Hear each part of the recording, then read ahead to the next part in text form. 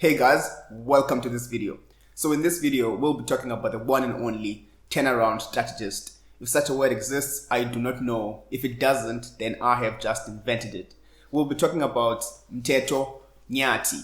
So this video in a lot of ways will be like a book review because everything that I'll be talking about comes from the book that he has written titled Betting on a Darkie, Lifting the Corporate Game.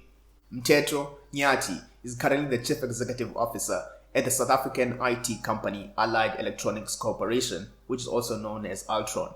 Before taking up this position, he held the CEO role at MTN South Africa, which he joined in 2015 at possibly the worst time ever, when MTN South Africa was going through an extended labor strike, poor customer experience, and poor employee engagement, and had been consistently rated the worst performing service provider in South Africa.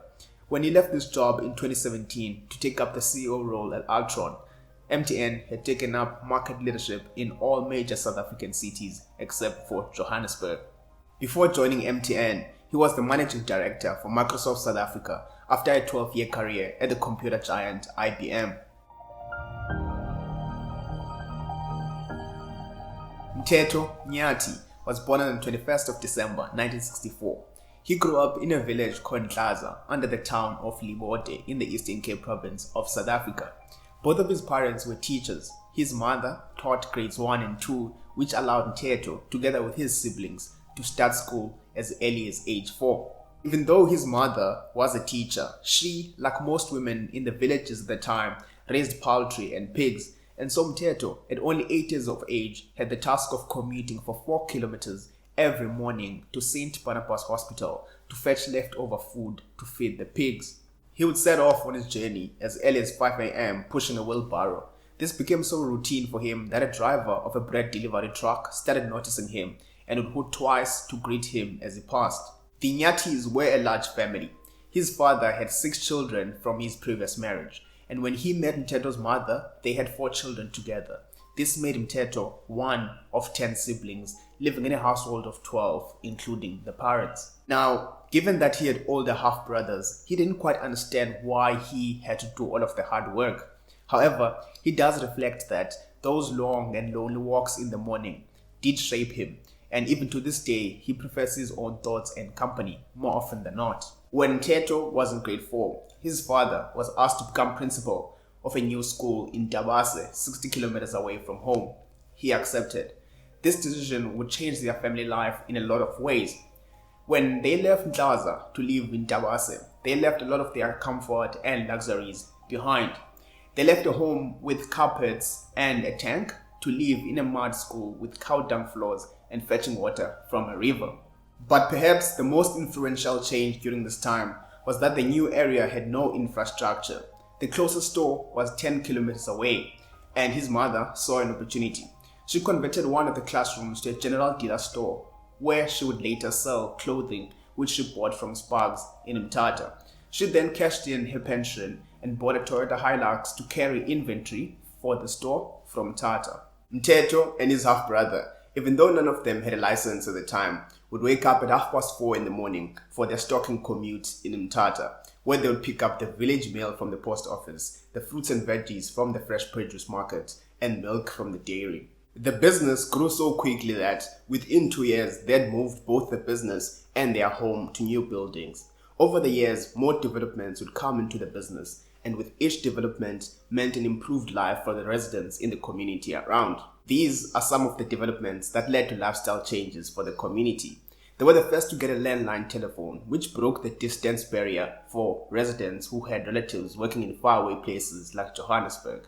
Another wave of progress with massive benefits for the community came when their mother bought a diesel generator. For the community, this meant that trading hours were extended far into the dark, food and drinks were kept cold, ice and meat were kept frozen in the freezer. The arrival of an electronic cash register meant that they didn't have to count bags of coins far into the night. Progress was the name of the game for Mteto's mother. Her actions echoed that anything was possible. She was the only woman in the area with a Code 10 driver's license. Over the years, her business would grow so much that she took on employees, bought a truck, and hired a driver. Respecting her customers and employees was a way of business for her. When Mteto was about to go into grade 8, He had fallen into the habit of smoking cigarette stumpies and inhaling petrol to get high. After an intense whipping session, his mother would send him to a Catholic mission school called St. Patrick's in Libote in an attempt to instill some discipline in him. The school upheld values of education, discipline, and prayer. It is also here that Mteto discovered his love of mathematics and science. He also played soccer and rugby, which he continued to play well into university. And then in 1978, at only 14 years of age, Mteto began his high school at one of the oldest maths and science high schools in the country, St. John's College in Mthatha. This was the same year that Vuyisile P.V. Maneli, the first black principal of St. John's College, took over. Vuyisile Maneli, a former rugby player, had studied maths and science in the United States in the 1960s. With Maneli at the helm, he encouraged his students to compete against each other, choose an area of expertise, and excel at it. In his freshman year of high school, Mteto looked up to a grade 12 student by the name of Derek Hughes. Derek had been the goalkeeper for the school soccer team and had been selected to represent South Africa at the International Science Olympiad. When Derek informed Mteto about a scholarship available for top-performing grade 10 student, Mteto fixated his mind on it. His parents, who were now raising 10 children, were relieved when Mteto was eventually awarded the scholarship. Derek had been a profound positive influence on Mteto, and in 1980, when Mteto was a matric, he was, like Derek, selected to represent South Africa at the International Science Olympiad in London. Before he left for his trip, he was required to deliver a speech in front of the entire school and officials from the Department of Education. The problem was Mteto was not well versed in public speaking, and so a more eloquent friend of his wrote a speech for him. But his father was a more boastful man, however. When Mteto returned from London, he encouraged the largest newspaper in the Eastern Cape, the Daily Dispatch, to write a piece on him. In the article, he claimed that his son had plans of studying medicine the following year. Little did he know that his son had his focus on mechanical engineering and mechanical engineering alone. Under apartheid South Africa, black students were required to apply for permission from the Ministry of Higher Education in order to study engineering, even if they had attended the International Science Olympiad. So Mteto enrolled for a Bachelor of Science at the University of Transkei in the meantime. The following year, he enrolled for a mechanical engineering degree at what was then called the University of Natal. Black students at the time, some of which were his friends, were heavily involved in politics. His high school friend, the one who had written him a speech, eventually went into exile in Lesotho. Mteto found himself involved in politics as well, but rather at a surface level, traveling to Cape Town and Lesotho for gatherings and going around canvassing in Durban.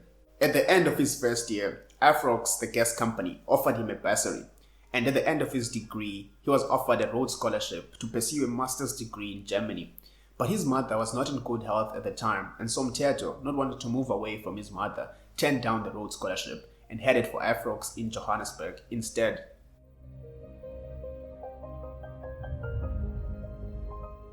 The young man from the village found the hustle and bustle of the Joburg city centre intimidating. Being black, he was not allowed to stay anywhere there and had to find a place in Soweto, which was the closest township to work. One of his seniors at Afrox, Lord Ndlovu, a labor relations expert who had recruited Mteto, helped him find a place to stay in Deep Kloof.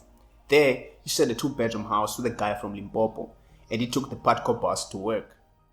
Being the first and only black engineer at Afrox, Mteto felt and was out of place. Fortunately though, there's an American reverend by the name of Leon Sullivan who sat on the board of directors of General Motors at the time.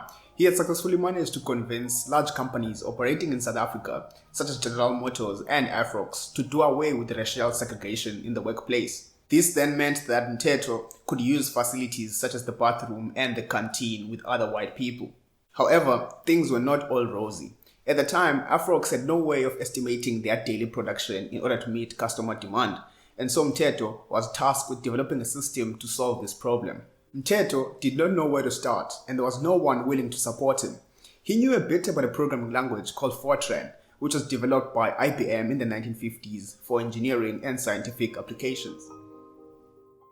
But for this project, Mteto was required to work with an entirely different programming language called DBase 3. He was given a laptop and off he went. He started teaching himself the language. He visited production plants, collecting data, working out required production, resources, and overtime to meet customer demands. Within a year, he had developed a computer program that automated this task. His other involvement was in the development of a system to streamline the delivery process of Afrox's products. This was the early 1980s, the early days of GPS. There was no way of estimating beforehand the distances and routes of drivers. There was no way of tracking how much time had been wasted during deviations and breakdowns. Drivers did as they pleased. He was then recruited into a quality management team responsible for quality control and quality assurance. One of this team's ideas was the plastic seal we see on the nozzle of gas tanks today, with information about the product's production history. After spending 7 years at Afrox, in 1993, Mteto was recruited by Tiger Brands, which was then still known as Tiger Oats. One of their subsidiaries, Testigrice Corporation, needed an engineering manager for a special project. Mteto had gotten married the previous year, and so he moved down to Pietermaritzburg together with his wife to join Testic. Their stay there did not last very long after a couple of things that went wrong. One of the things that went wrong is that their tenants back in Joburg vandalized their house, didn't pay rent, and a boutique business that they had founded in Pietermaritzburg went south. After all these setbacks, they were relieved when Mteto was recruited by the packaging company Nampak to introduce the Japanese manufacturing techniques such as lean manufacturing to the company. It is at Nampak that Mteto started sharpening himself as a business executive, becoming less of an engineer and more of a manager. During this time, he started writing business articles which got published in Production South Africa and Business Day. He was in his element. Then, out of the blue, he was approached and offered a job by the South African breweries. As soon as he confirmed his interest in the role, IBM also approached him and offered him a job. Mteto had been trained as an engineer and didn't know much about information technology, and so he told IBM he wasn't interested.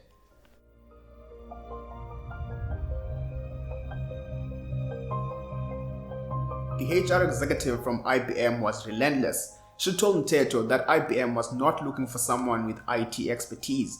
Instead, IBM was looking for someone who understood the South African manufacturing businesses, which were their customers. They were looking for someone who could sell their software and hardware products to their customers based on the value that they added and not just on their technical merits, and Mteto was the right candidate. At the back of this book, Mpho Litlape, who happens to be the HR executive who was recruiting Mteto for the role, says, "Once in a while, one meets an individual and decides to break all protocols and take a chance. This is what happened when I met Mteto in the 90s. I saw real, raw, black African talent and made a case to take a professional risk, and boy, did it pay out." What finally convinced Mteto, and subsequently his wife, was the promise of some overseas training. A person who took up this role would later be sent overseas for training for a leadership role. He took the job. At IBM, Mteto landed on his feet and hit the ground running. A customer of IBM, paper manufacturer SAPI, believed that IBM had not been delivering on their promises. As a result, they were refusing to pay IBM an amount of 12 million rands. Mteto listened closely to SAPI's grievances and took it upon himself to solve the problem. Within 5 months, Mteto pulled the project off, successfully getting SAPI to settle the 12 million rand payment to IBM. Soon after that, he struck a deal with SAPI, whereby SAPI would outsource their entire IT department to IBM. This deal was worth more than 40 million rands, launching Mteto to becoming one of IBM's top salespeople for 1997. The following year, he was acknowledged as one of IBM's top performers for contributing towards the company's revenue and profit objectives. During the same year, he was appointed as the telecoms and media executive. Mteto and his team immediately went to work selling IBM products to telecoms companies such as MTN, Vodacom, and Telkom. They did the same with media companies such as MultiChoice and the SABC. They developed a good relationship with Telkom, and Telkom made major purchases of IBM computers. This made Mteto and his team famous at IBM, and so he was appointed to lead another underperforming IBM division. This was the small and medium business division. IBM, being a massive company, had been largely unsuccessful with more customers. Mteto and his team implemented strategies that would change this. Soon enough, their division achieved double-digit revenue growth, and influential people were watching. This caught the attention of IBM's vice president. for small and medium business for the Europe, Middle East, and Africa region in Paris. What was IBM South Africa doing right? He asked. And in 2001, Mteto arrived at the Europe, Middle East, and Africa headquarters in Paris to provide the answer. Hey, surprise, surprise, you've just reached the end of this video, which means that you've got a better attention span than I thought.